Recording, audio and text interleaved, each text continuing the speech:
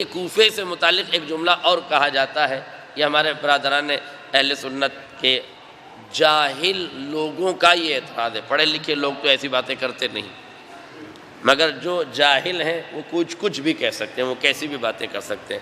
انہوں نے کہنا شروع کیا، حضور یہ کوفے والوں نے ان کو خط لکھ کے بلایا تھا، امام حسین کو کوفے والوں نے بلایا تھا، امام حسین کو کوفے والوں نے شہید کر دیا۔ اب ظاہر ہے کہ یہ شیعہ ہی تھے جنہوں نے بلایا تھا، شیعہ ہی تھے جنہوں نے قتل کیا، شیعہ ہی تھے جنہوں نے سب کچھ کیا، اور اب یہ شیعہ ہی ہیں جو اپنے باپ دادا کی ان کارناموں کو چھپانے کے لیے روتے ہیں، سر و سینہ پیٹتے ہیں، گریہ کرتے ہیں۔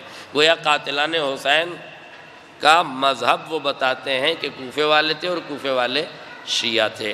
دیکھیے کسی بھی شخص کے کسی کے کچھ کہنے سے کچھ نہیں ہوتا ہے، ہاں حقائق اپنی جگہ ہوتے ہیں، لیکن چلیے ہم تو بالکل آپ کے ساتھ ہیں، 2 اور 2 4 والی بات کریں، کھرا کھیل فروخ آبادی والی بات کریں آپ سے۔ ٹھیک ہے، آپ یہ کہتے ہیں کہ امام حسین کو کوفے والوں نے بلایا تھا، کوفے والے شیعہ تھے، شیعوں نے قتل کیا، شیعوں نے مارا، شیعہ ہی روتے ہیں، شیعہ ہی سب کچھ کرتے ہیں۔ ہم آپ کی بات ایک لمحے کے لیے تسلیم کر لیتے ہیں، آئیے چھوڑیے ساری باتیں، وہ شیعہ تھے یہ غیر شیعہ تھے، ہماری اور آپ کی نظر میں ایک جملہ رکھ لیجئے کہ وہ قاتلان حسین تھے۔ جب اتنا مان لیں گے آپ کے قاتلان حسین تھے تو آئیے چلیے مسجد میں کعبے کی طرف رخ کریے، اللہ کی بارگاہ کے رخ کیے، اللہ کو حاضر ناظر جانیے، اپنے سر پہ قرآن رکھیے، اور دونوں مل کے ہم لوگ قاتلان حسین پہ لعنت کرتے ہیں۔ ہم لوگ دونوں مل کے قاتلان حسین پہ لعنت کرتے ہیں۔ جس کے رشتہ دار ہوں گے لعنت کا برا اسی کو لگے گا۔ ہم تیار ہیں، آپ آئیے، دونوں مل کے لعنت کرتے ہیں۔ ظاہر ہے قاتلوں کا تو کوئی مذہب ہوتا ہی نہیں۔ آج جس مذہب کے قاتل پکڑے جاتے ہیں وہ مذہب کے لوگ ہاتھ دھو کے کہتے ہیں بھائی اس کا تعلق مذہب سے نہیں ہے۔ بھائی آج جو دنیا دہشت گردی پر آمادہ ہے تو جس مذہب کا دہشت گرد پکڑا جاتا وہ یہی کہتا ہے، اور ہم بھی تسلیم کرتے ہیں، چونکہ کوئی بھی مذہب دہشت گردی نہیں سکھاتا۔ تو جب کوئی مذہب دہشت گردی نہیں سکھاتا تو دہشت گرد کہاں سے آ رہے ہیں؟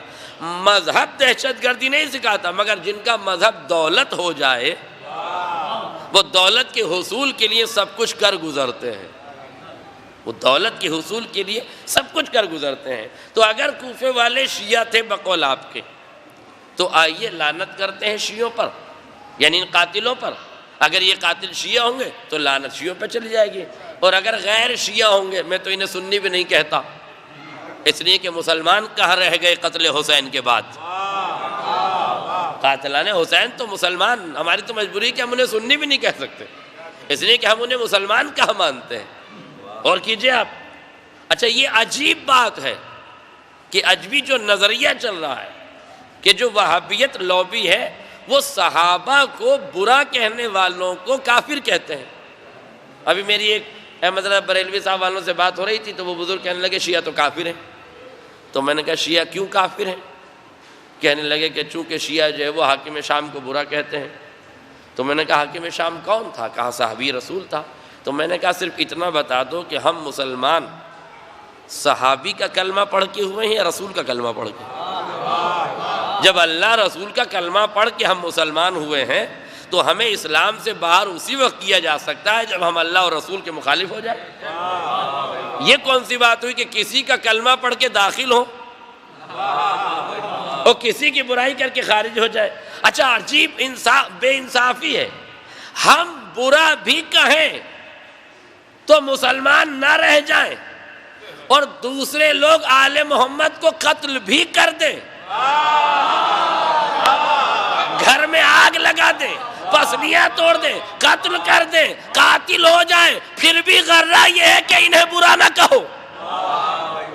ارے تو برائی کرنے والوں کو ہی تو برا کہا جاتا ہے، لیکن پھر بھی ہم احترام کرتے ہیں کہ چلیے قاتلان حسین مسلمان ہی نہیں تھے تو ہم نے تو اصل اسلام سے انہیں خارج کر دیا۔ اب آپ یہ بتائیے کہ جنہوں نے در فاطمہ پہ حملہ کیا تھا وہ مسلمان تھے کہ نہیں؟ یہ مجھے آپ بتا دیں۔ جب ہم قاتلان حسین کو مسلمان نہیں مانتے تو آپ کی بھی ذمہ داری ہے کہ رسول اور اولاد رسول کو اذیت دینے والوں کو مسلمان نہ مانیے۔ جب گناہ گاروں کی برائی کرنے سے کوئی مسلمان نہیں رہ جاتا تو پھر عصمتوں کو اذیتیں دے کر کوئی مسلمان کیسے رہ سکتا ہے؟ کیوں ہے صاحب کوفے والے شیعہ؟ بہت توجہ سے سنیے گا جملہ فیضی بھائی، کیوں شیعہ ہیں کوفے والے؟ کہا اس لیے کہ انہوں نے علی کی بیعت کی تھی، کوفے میں 4 سال انہوں نے علی کی بیعت کی، مولا علی کی بیعت کی، اور جو علی علیہ السلام کی بیعت کرے وہ شیعہ ہوتا ہے۔ دیکھیں بات تو بڑا اچھی لگ رہی ہے آپ کو بھی اور سمجھ میں آ رہی ہے کہ جس نے علی کی بیعت کی ہے وہ شیعہ ہے، مگر اس قانون کو اگر میں مکمل طور سے تسلیم کر لوں تو قائل اور کہنے والے اور سوال کرنے والے سے ایک سوال میرا اور ہے کہ پھر ان کے بارے میں بتاؤ جنہوں نے غدیر کی چوراہے پر علی کی بیعت کی تھی، اور صحیح کتابوں میں یہ والی صحیح روایتیں ہیں۔ یہ اور بات ہے کہ صحیح کتاب میں بڑی غلط روایتیں بھی ہیں، اور ان غلط روایتوں کا نتیجہ ہے کہ غلط نسلوں کے لوگ غلط چینلوں پر بیٹھ کر غلط بیان دیتے ہیں۔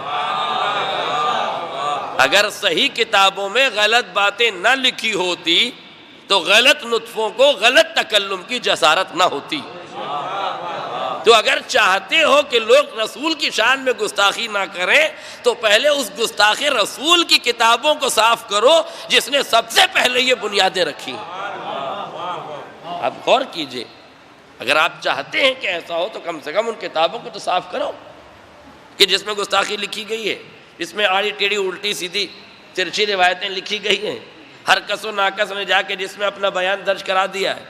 لہذا غور کیجئے گا میں کیا عرض کر رہا ہوں۔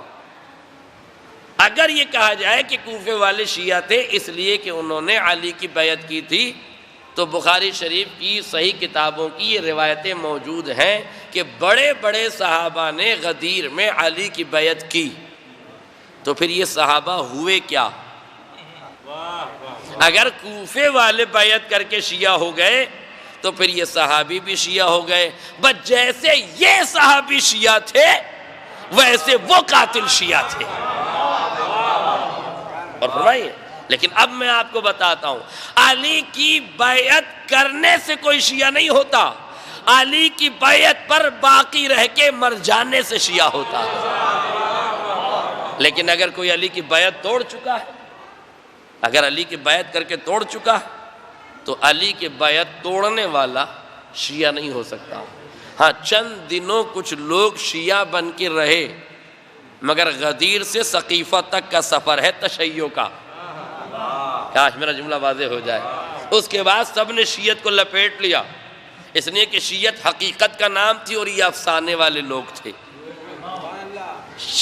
شیعت شعور کا نام تھا اور یہ شور مچانے والے تھے، اس لیے جنہیں غدیر میں شعور دیا گیا تھا انہوں نے سقیفہ تک جاتے جاتے شعور کی عین کو الگ ہٹا دیا، نتیجے میں شور مچانا شروع کر دیا۔